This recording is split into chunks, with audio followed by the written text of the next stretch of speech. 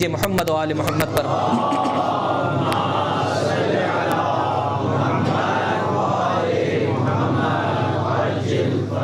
ہمارا کنسنٹریشن نماز میں کیسے پیدا ہو جائے. اس وقت اپنے آپ کو نمبر دیجئے 100 میں سے کہ نماز میں ہم کتنا خدا کی طرف ہوتے ہیں, کتنا غیر خدا کی طرف ہوتے ہیں, دوسرے خیالات کتنے ہوتے ہیں, اللہ کتنا ہوتا ہے. تو شاید ایک بڑی تعداد کہے گی کہ 50% سے کم ہم خدا کی طرف ہوتے ہیں. آتے ہیں پھر چلے جاتے ہیں, آتے ہیں پھر چلے. بہت سارے لوگ تو کہتے ہیں مولانا صاحب نماز میں ایسی ایسی چیزیں یاد آتی ہیں جو کب کے بھولے ہوئے تھے, 10 سال پہلے چیزیں کی یاد آ جاتی ہیں. بہرحال شیطان آستینیں چڑھا کر پیچھے پڑتا ہے کہ اس نماز کی جو واقعیت ہے اس سے یہ محروم ہو جائے. اور میں آپ سے عرض کر رہا ہوں, دشمن سے ظاہری اعتبار سے لڑنے کے لیے طاقت دیتا ہے نماز, غصے کو کنٹرول کرنے کے لیے طاقت دیتا ہے نماز, زبان کی اصلاح کے لیے طاقت دیتا ہے نماز, آنکھوں کی اصلاح کرنا چاہتے ہیں طاقت ملتی ہے نماز سے. عزیزان کرام, یہی سبب ہے کہ کسی عالم میں کسی حال میں نماز کو معاف نہیں رکھا گیا ہے. مرتا ہے, ڈوب رہا ہے, اس عالم میں بھی نماز پڑھ کر رب کی بارگاہ میں جائے. کیا کریں عزیزان کرام. اس میں سے پہلا ایک مطلب کہ جو مختلف علماء کرام اور مراجع کرام بھی بیان فرماتے ہیں, آپ کی خدمت میں پیش کرنا چاہتا ہوں. دیکھیں عزیزان گرامی, ایک نماز کا ظاہر ہے اور ایک نماز کا باطن ہے. ظاہر کی بھی اصلاح کیجئے اسی طریقے سے جس طرح سے پروردگار متعال چاہتا ہے. ظاہر کی اصلاح کا آسان طریقہ یہ ہے کہ انسان جتنے بھی اپنے اعضاء و جوارح سے کاموں کو بجا لاتا ہے اس میں یا تو خود تحقیق کر لے کہ رب کی اہل بیت علیہم الصلوۃ والسلام کی رضا کس چیز میں ہے. اگر تحقیق نہیں کر سکتا تو کسی اسپیشلسٹ کی طرف رجوع کرے. اسی کو ہم کیا کہتے ہیں فرمائیے. اسی کو کہتے ہیں ایک مجتہد کی, ایک اسپیشلسٹ کی تقلید کرنا, اس کو فالو کرے. کیوں فالو کرے؟ اس لیے کہ وہ قرآن و سنت کو ہم سے زیادہ بہتر سمجھ پا رہا ہے. ہم تو اتنا ٹائم نہیں لگا پاتے ہیں, بہت سارے اس میں پرابلمز ہیں, رکاوٹیں. ان ساری رکاوٹوں کو دور کر کے زمانے کے امام کی غیر موجودگی میں جو اپنی نگاہ میں اپنی تمام تر کوششوں کے بعد اسے یہ محسوس ہوتا ہے کہ یہ رب کا حکم ہو سکتا ہے, وہ ہمیں بیان کر دیتا ہے توضیح المسائل کی صورت میں. بس ایک تو اپنے ظاہر کی اصلاح کریں. نماز پڑھنی کیسے ہے؟ اردو میں نہیں پڑھی جا سکتی, عربی زبان کے الفاظ ہیں. تو جو عربی زبان کے اعتبار سے خیال رکھنا ضروری ہے, ہا اور ہے میں فرق ہے, دو چشمی ہے اور ہا میں ہے. ہمیں حلوے اور ہاتھی کا فرق معلوم ہے, لیکن نماز میں بھی یہ فرق ہونا چاہیے, بس نماز اردو زبان میں نہیں پڑھی جا سکتی, اسی طریقے سے پڑھی جائے گی. بس ضروری ہے کہ انسان سیکھے عربی زبان کے پروناؤنسیشن کو. اسی طرح سے اس طریقے سے نماز نہیں پڑھی جاتی ہے جہاں پر واقعا انسان افسردہ ہو جاتا ہے جب دیکھتا ہے کہ مکتب اہل بیت سے اپنے آپ کو نسبت دیتے ہیں. چونکہ جب ہم نماز پڑھتے ہیں تو سامنے والے کو پتہ چل جاتا ہے ہم کس مذہب سے تعلق رکھتے ہیں, اور اس کے بعد پھر انسان کے قیام کا طریقہ کار, انسان کے رکوع کا طریقہ کار, انسان کے سجدے کا طریقہ کار, بعض اوقات انسان بعض صاحبان ایمان کو دیکھتا ہے, یہ خود کلام اہل بیت میں یہ کس طرح کی نماز پڑھتے ہو, اس نماز کا کوئی فائدہ نہیں ہے, تمہارے منہ پر دے ماری جائے گی. قیام کس طریقے سے بجا لائے, رکوع کس طریقے سے کرے, سجدہ کس طریقے سے کرے. پس ظاہری اعتبار سے تمام صاحبان ایمان کی ذمہ داری بنتی ہے توضیح المسائل کی طرف رجوع کریں. لیکن یہ پہلا مرحلہ ہے, ابتدائی مرحلہ ہے, یہ فقط آپ کے ظاہر کی اصلاح کرتا ہے. اب اس کے بعد آئیے علماء اخلاق کے پاس, وہ آپ کو یہ بیان کریں گے اپنے اس باطن کی اصلاح کیسے کریں. بعض اوقات لوگ ظاہری اعتبار سے مکمل طور پہ نماز صحیح پڑھ رہے ہوتے ہیں لیکن پوری نماز میں خدا کی طرف نہیں ہوتے. پروناؤنسیشن بھی صحیح ہے, قیام بھی صحیح ہے, رکوع بھی صحیح ہے, سجدہ بھی صحیح ہے, سب کچھ صحیح بجا لا رہے ہوتے ہیں لیکن باطنی اعتبار سے کہیں اور ہوتے ہیں. نماز پڑھنے والے کے لیے شفاعت نہیں ہے, نماز کو اہمیت دینے والے کے لیے شفاعت ہے. نماز کو اگر خفیف جانتا ہے, ہلکا جانتا ہے, کم اہمیت جانتا ہے, اس کے لیے شفاعت نہیں ہے. یہ کلام معصوم ہے, شفاعت نہیں ہے. واقعاً آپ دنیا میں کسی بڑے آدمی کے پاس جائیں اور بات اس سے اس طرح سے کریں کہ رخ آپ کا کہیں اور ہو, کتنی دیر وہ آپ کو ٹائم دے گا مجھے بتائیے. ایک بڑے آدمی نے آپ کو وقت دیا ہے اور آپ اس کے پاس جا کر بات اس سے کر رہے ہیں اور کہہ رہے ہیں کیسے ہیں جناب آپ, ٹھیک ہے, آپ کی طبیعت کیسی ہے. ہو گئے گا بھائی بات کرنا ہے تو میری طرف رخ کرو, کدھر رخ کرتے ہو. ہم تقریباً نماز میں ایسے ہی کرتے ہیں. اپنے باطن کو اٹھا کر دیکھ لیجئے, ایسا ہی ہوتا ہے. بات کرنے آئے ہیں رب سے لیکن دل کہیں اور ہے. یہ ایسا ہی ہے کہ اگر اس کو آپ جسم و جسمانیت کی شکل دیں تو ہم دوسرے انسان سے بات کر رہے ہیں لیکن اپنا چہرہ کہیں اور موڑا ہوا ہے. ظاہر کی بھی اصلاح کیجئے, باطن کی بھی اصلاح کیجئے. باطن کی اصلاح کے لیے پہلا نسخہ یہ جو کلام معصوم سے استشہاد ہوا ہے, کلام معصوم سے نکالا ہوا ہے, وہ آپ کی خدمت میں پیش کرنا چاہتا ہوں آج کی حد تک. انشاءاللہ بقیہ تفصیلات کل کی گفتگو میں پیش کر دی جائے گی. ایک درود پڑھ دیجئے محمد و آل محمد پر. لیکن یہاں پر آ کے بات ختم نہیں ہو جاتی. انسان چاہتا ہے اس طرح سے نماز پڑھے جو اسے پاک و پاکیزہ کر دے.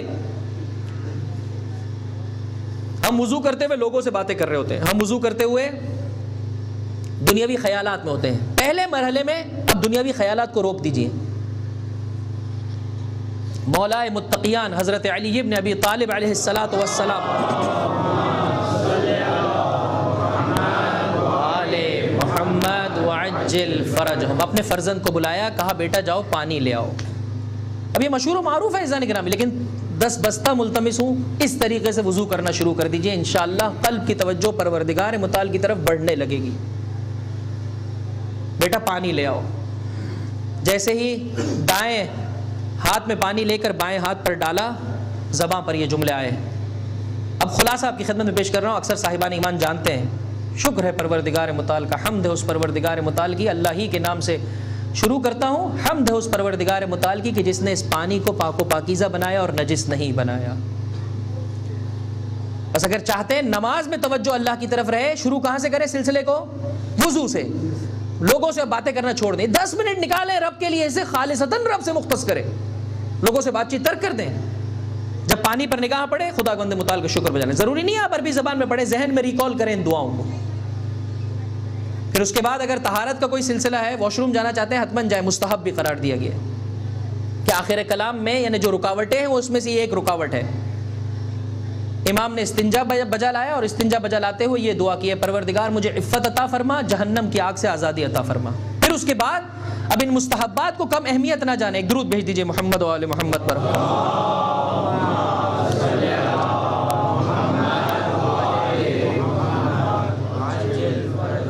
ہم نے کیا کیا ہے, سب چیزوں پہ واجب پہ اکتفا کر لیا ہے. اس فرد کی طرح سے کہ جس کو جو ہے وہ اچھی شکل و صورت نہیں ملی تھی تو آ کے معصوم سے کہنے لگا کہ واجبات کیا ہے مجھے بتا دیجیے. کہ بھائی کیا اتنا ناراض کیوں ہے بھائی تو بس واجبات بتا دیجیے. واجبات ہے کیا کیا؟ نماز پڑھ لوں گا بس 17 رکعت بس والسلام, اور مجھے ایک نماز کا نہیں کہیے. یہ کوئی شکل دی اللہ نے مجھے, اس کو دیکھو کتنی پیاری شکل, اس کو اتنی پیاری, یہ کیسی شکل دی, کیسا بنایا مجھے ہے؟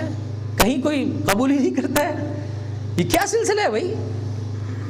بس واجبات پر صرف نماز پڑھ لوں گا, روزے رکھ لوں گا. تو ہم نے بھی تقریباً اپنی زندگی میں لگتا ہے پتہ نہیں خدا نے ہمارے حق میں کیا معاذ اللہ جو ہے وہ ہم نے خدا سے کہا صرف واجبات, وضو سے شروع کروں گا, چہرے سے شروع کروں گا, وضو پہ چھوڑو بھائی, مستحب ہے یار.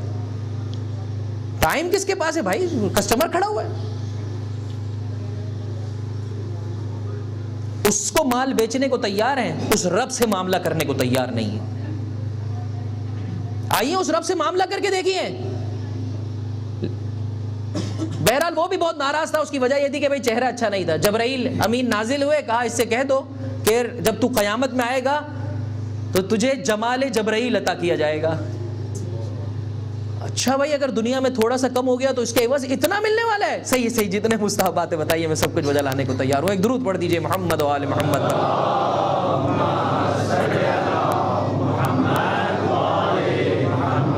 عزیزان گرامی, مستحبات میں ہمارے لیے بہت کچھ رکھا گیا ہے, ہم محروم ہیں, درک نہیں کر پاتے.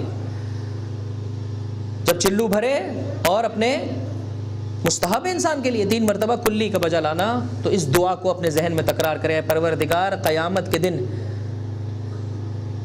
جو تو نے اس دنیا میں اس طرح سے مجھے سکھا دے, تلقین کر دے اپنی حجتوں کی, کہ قیامت کے دن میری یہ زبان گویا ہو سکے, اور اس میری زبان کو تیرے ذکر اور تیرے شکر میں ہمیشہ گویا رکھ. جب ناک میں پانی ڈالے, پروردگار جہنم کی جنت کی خوشبو کو محروم نہ کرنا. جب چہرے پر پانی ڈالے, پروردگار بہت ساروں کے چہرے سیاہ ہوں گے, میرے چہرے کو سیاہ نہ کرنا. جب دائیں ہاتھ دھوئے, پروردگار میرے نامہ اعمال کو میرے دائیں ہاتھ میں دینا, میرا حساب آسان لینا. جب بائیں ہاتھ دھوئے, پروردگار میرے نامہ اعمال کو میرے بائیں ہاتھ میں نہ دینا, میرے ہاتھ پس گردن نہ بندھنے پائے, پروردگار جہنم کی آگ سے مجھے بچانا.